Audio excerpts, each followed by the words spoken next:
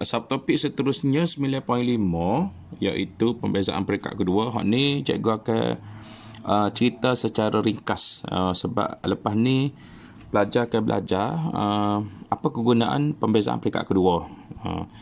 Pembezaan peringkat kedua ni hanyalah melibatkan proses pembezaan peringkat kedua ialah satu fungsi melalui proses pembezaan sebanyak 2 kali. Tu je lah proses peringkat kedua ni. Kita buat proses pembezaan tu sebanyak 2 kali. Beza sekali lagi. Okey. Dia ditulis pembezaan peringkat kedua ni D per dx ni sebab kita bezakan D per dx ni sebab kita bezakan. Kita bezakan persamaan yang telah dibezakan. D per dx kepada dy dx. Jadi sini D ni ada 2 kali D itu sebab itulah dia ketulis D kuasa 2. Manakala dx ni dia dua kali juga D kuasa 2, dx kuasa 2, maka kita tulis dx kuasa 2. Jadi bila pelajar jumpa D kuasa 2y per dx kuasa 2, ini maksudnya kita telah melakukan proses pembezaan sebanyak 2 kali. Okey, cikgu bawa contoh ringkas. Kalau kita ada persamaan y sama dengan 5x kuasa 3 tolak 2x tambah 7, 2x kuasa 2 tambah 7.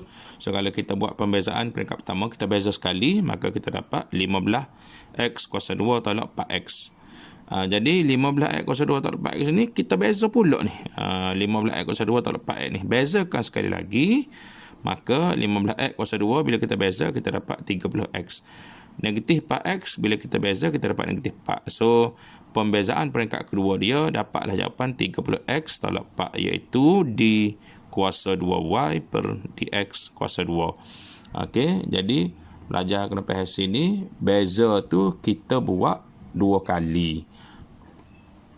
Kegunaan dia kita akan tengok kepada subtopik selepas ini, di mana kegunaan pembezaan peringkat kedua.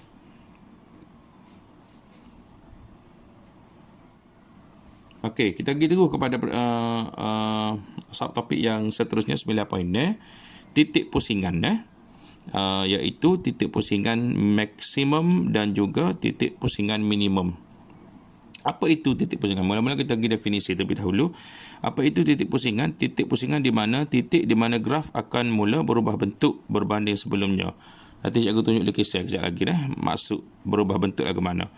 Dan di titik pusingan di mana titik di mana kecerunan lengkung akan berubah, iaitu pada titik pusingan kecerunan lengkung ataupun yang kita baru belajar dalam subtopik 9.4 tadi, iaitu kecerunan lengkung. Kita belajar tadi kecerunan lengkung. Jadi pada titik pusingan kecerunan lengkung, iaitu kita panggil sebagai dy dx, pada masa ni dy dx, nilai dy dx akan sama dengan kosong. Okey. Cikgu tunjuk lukisan sedikit berkaitan apa itu titik pusingan. Contohnya kalau graf kita gini. Kalau graf kita melengkung naik ke atas, dia akan sampai satu titik. Sekarang ni graf ni melengkung naik ni. Dia anak panah dia menaik ke atas. Dia naik. Bila sampai di satu titik, graf itu akan mula menurun. Dia akan mula menurun. Sini dia akan mula menurun. Maknanya kita fahamlah, satu titik ni dipanggil sebagai titik pusingan sebab graf daripada graf tadi dia naik sampai sini. Bila sampai di titik itu, dia akan berpusing untuk turun. Sebab itulah titik ini dipanggil titik pusingan. Sama juga kalau graf melengkung ke bawah, kena melengkung ke atas ataupun melengkung bawah, konsep samalah. Titik di mana graf akan mula berubah bentuk. Yang kedua, cikgu nak terai kepada kenapa kecerunan lengkung adalah sifar pada titik pusingan. Okey, contoh cikgu ambil, kalau graf kita gini dan ini adalah titik pusingan, macam mana kita nak cari kecerunan? Seperti mana kita belajar dari subtopik 94 tadi, kecerunan ni kita cari apabila kita buat satu garis tangent, satu garis lurus. Jadi kita buat garis tangent gini. Kita garis tangent ataupun kita panggil sebagai garis tangent, garis lurus yang menyentuh lengkung. Jadi pada kalau garis tangent menyentuh titik pusingan, kalau kita perhatikan, kita dapat satu garis lurus yang mana garis lurus itu adalah mendatar. Disebab mendatar ni lah dia punya kecerunan dia ialah sifar. Sebab dia mendatar. Jadi sebab itulah dalam ayat tadi, poin yang kedua tadi, dia royak pada titik pusingan kecerunan lengkung ataupun kita panggil sebagai DYDX ialah sifar. Okey. Yang ketiga, titik pusingan terbagi kepada dua saja. Kita ada. Titik pusingan terbagi kepada dua jenis. Yang mana titik pusingan minimum dan juga titik pusingan maksimum. Jadi masa inilah akan digunakan konsep ataupun pemahaman pembezaan peringkat kedua. Yang mana sini, okey, nak tahu mana titik pusingan tu minimum? Kalau kita buat pembezaan peringkat kedua, kita dapat nilai pembezaan peringkat kedua lebih besar daripada kosong. Itu bermakna titik pusingan itu adalah titik pusingan minimum. Jika, cikgu ulang sekali lagi, jika pembezaan peringkat kedua nilai dia lebih besar daripada kosong. Ini maksudnya lebih besar daripada kosong ni maknanya D kuasa 2Y per DX kuasa 2 ialah nilai positif. Kalau pembezaan peringkat kedua dapat nilai positif, maka titik pusingan itu adalah minimum. Dan sebaliknya, kalau pembezaan peringkat kedua lebih kecil daripada kosong ataupun yang bermaksud pembezaan peringkat kedua ialah kita dapat nilai negatif, itu bermakna titik pusingan adalah titik pusingan maksimum. Okey. Kita pergi kepada satu contoh soalan. Cikgu ambil soalan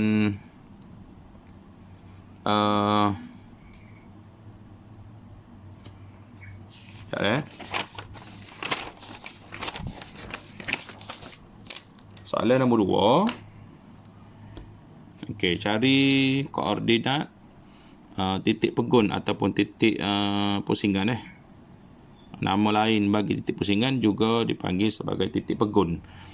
Cari koordinat titik pusingan pada lengkung dan tentukan ciri setiap titik itu. Okey, so seperti mana tadi, mula-mula kita cari, dia mesti bermula dengan kita mencari dy dx. Dia start dengan situ dulu lah. Dia start dengan dy dx dulu. Nombor 2, so y sama dengan 2x kuasa 3 tolak 3x kuasa 2 tolak 12x tambah 18. So kita cari dy dx, kita akan dapat net x kuasa 2 net x tolak 12. So daripada sini kita dapat dy dx dia net x kuasa 2 tolak net x tolak 12. Baik. Seperti mana tadi dalam nota tadi, dia ada apabila melibatkan nak cari titik pusingan, dy dx dia mesti sama dengan kosong. Ingat dah, sekarang ni soalan kita ni, kita nak cari koordinat titik pusingan, nak cari titik pusingan. Jadi terpakailah dy dx tadi sama dengan kosong. Jadi apabila dy dx sama dengan kosong, bermakna persamaan ini sama dengan kosong lah ni. So jadi net x kuasa 2 tolak net x tolak 12 sama dengan kosong. Kita akan dapat, bila kita faktorkan persamaan ni, kita akan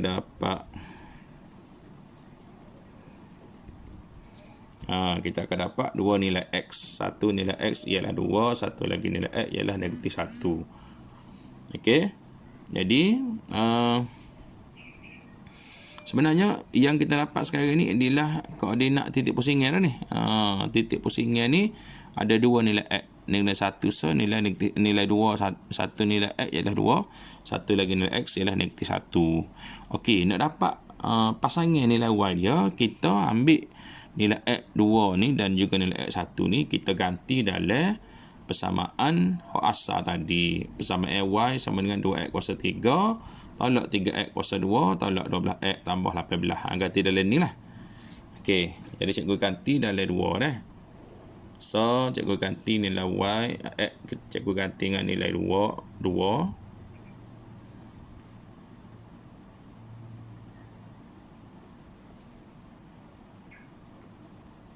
Satu lagi, nilai x cikgu ganti dengan nilai negatif 1.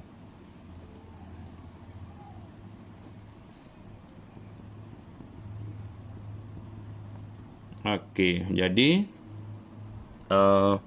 nilai y ni kalau kita ditekan kalkulator lah, kita akan dapat nilai y ni kita akan dapat negatif 2, manakala nilai y ni kita akan dapat 25.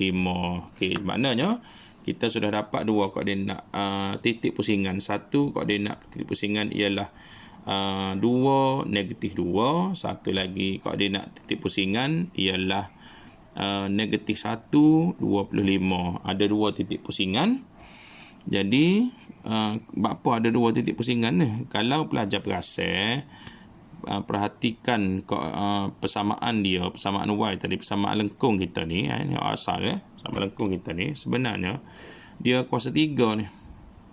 Ya, persamaan lengkung ni kuasa 3. Jadi kalau pelajar ingat, kalau x kuasa 3 sebenarnya graf tu graf kubik. Maksudnya lebih kayak gini lah. Cikgu tunjuk juga. Kalau x tu kuasa 3, kita ingat graf kita lebih kayak gini. Lebih kayak gitu. Maksudnya sini kita ada dua titik pusingan. Sini so, sini so. Sebab itulah jawapan kita tadi ada dua tu. Ni so, ni so. Sebab dia merujuk kepada satu titik pusingan di sini, satu pusingan di sini. Jadi, ni pusingan titik pusingan maksimum sebab dia di atas. Ni titik pusingan minimum. Persoalan sekarang seterusnya ialah kita nak tahu hak mana titik pusingan maksimum, hak mana titik pusingan minimum.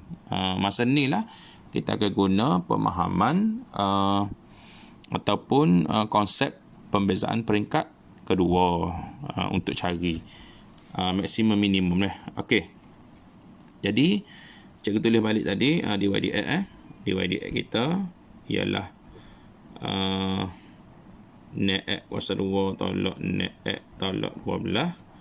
Okey, kita buat pembezaan peringkat kedua di kuasa 2y per dx kuasa 2. Kita bezakan persamaan ini sekali lagi. Bezakan ini sekali lagi. So, kita dapat 12x tolak net. Okey.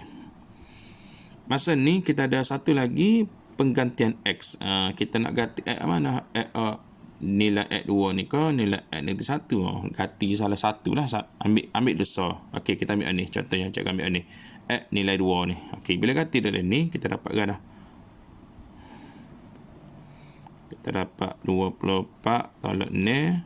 Kita dapat 18. Kita dapat 18. Jadi, di kuasa 2y per dx kuasa 2 sekarang ni, kita dapat 18. Ini bermaksud, di kuasa 2y per dx kuasa 2 ni ialah nilai positif.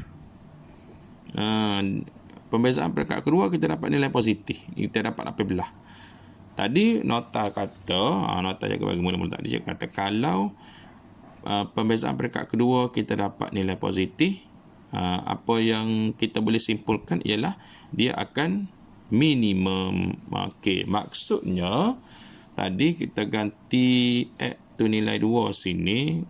Apa nak ganti nilai 2 sebab kita ambil koordinat ni. Tadi nak 2 negatif 2. Itu bermaksud boleh buat kesimpulan ni. Itu bermaksud ini adalah titik pusingan minimum. Maksudnya titik pusingan duduk bawah. Dan satu lagi maksimum lah. Tak payah kira tak apa. Titik pusingan maksimum. Okay, kita kira lah. Cikgu kira dah. Kenapa dia kata berapa tu bit maksimum tu. Okey, tadi kita cari dah pembezaan peringkat kedua iaitu 12x tolak net. Okey, cuba kita ganti nilai x ni kita ganti dengan nilai negatif 1. Okey, kita ganti negatif 1. Okey, so 12 negatif 1 tolak net dapat negatif 12 tolak net. So dapat apa? Negatif 18. Rasa tak? Kalau pelajar perasan Pembezaan peringkat kedua dia sekarang ni, dia dapat nilai negatif. Kalau nilai negatif, dalam atas cikgu tadi, kalau pembezaan peringkat kedua nilainya adalah negatif, bermakna dia adalah maksimum. Sebab itulah kita dapat negatif 18 ni, kita mari mana? Kita mari daripada apabila kita ganti X negatif 1. Dari mana negatif 1 ni? Mari daripada koordinat ni. Koordinat negatif 1,25. Maknanya koordinat negatif 1,25 ini adalah titik pusingan maksimum. Sebab apa? Cikgu ulas sekali lagi dah. Kenapa maksimum? Sebab bila kita ganti dalam pembezaan peringkat kedua, semasa kita ganti X tu negatif 1, kita dapat pembezaan peringkat kedua dapat nilai negatif. Bila nilai negatif maknanya dia melibatkan maksimum. Okey. Menjawablah salah satu kegunaan pembezaan peringkat kedua dalam subtopik 9.9 ni.